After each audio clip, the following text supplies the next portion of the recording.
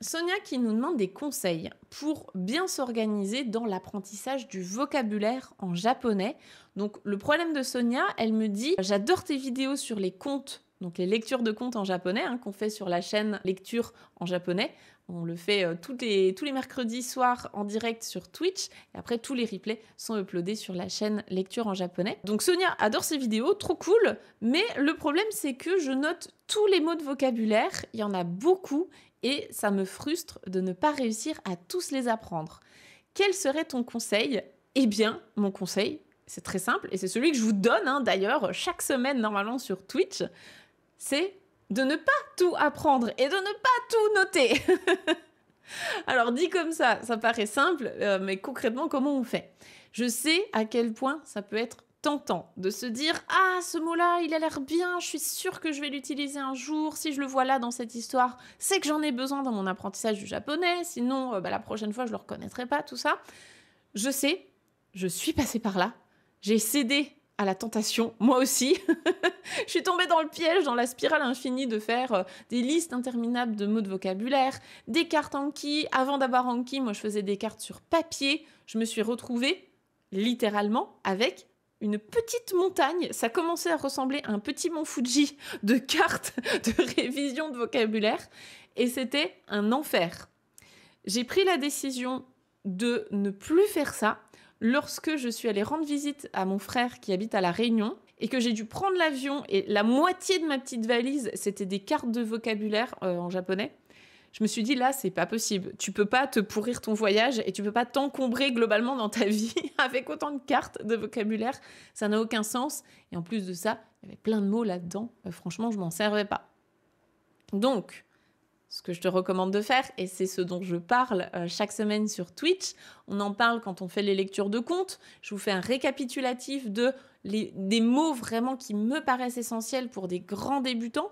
Donc, c'est ton cas, Sonia, vu que tu n'es pas encore au N5. Je vous fais le récap en disant s'il n'y a que quelques mots à retenir, c'est ceux-là. Et bien du coup, les autres, il faut que tu acceptes de ne pas les noter. Et c'est OK. C'est OK parce que là, tout de suite, ça encombre ton cerveau. Tu as d'autres priorités. Il y a des priorités vraiment essentielles. Les mots qui reviennent le plus souvent, que tu vas rencontrer 15 fois par jour en japonais, ceux-là, tu as besoin de les connaître tout de suite. Les mots que tu vas croiser une fois par mois, t'en as pas besoin. En tout cas, si t'en as besoin, tu regardes dans le dictionnaire. Et quand tu estimeras que, en fait, ce mot-là, je le croise vraiment très très souvent, c'est que j'en ai besoin, là, ce sera peut-être intéressant de l'apprendre. Mais dans un premier temps, on est obligé de cibler les mots les plus importants, les plus courants, ceux que tu vas voir tout le temps, tout le temps, tout le temps. Donc quand on fait les lectures de contes, je t'invite vraiment à te concentrer sur les mots dont je parle, ou bien les mots qui reviennent peut-être 10 fois dans l'histoire. Ça peut être intéressant de les noter. Pareil, quand on fait les lectures et les traductions de chansons, je vous prépare un PDF à chaque fois que vous pouvez télécharger gratuitement sur mon site coursdejaponais.com.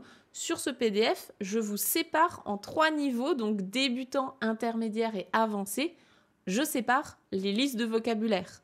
Parce que quand on est débutant, franchement, savoir dire, on parlait tout à l'heure de la voie lactée, c'est pas un mot que vous allez utiliser tous les jours. Vous n'allez pas parler de la voie lactée tous les jours avec vos correspondants en japonais. Je ne pense pas.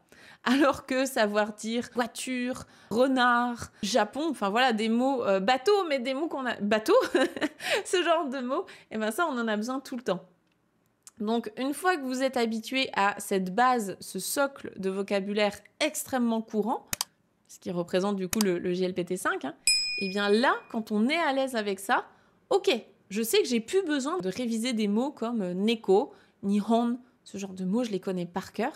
Du coup, on va se construire le socle du dessus, donc le JLPT4. Et une fois qu'on est à l'aise avec le 4, on passe au 3, etc.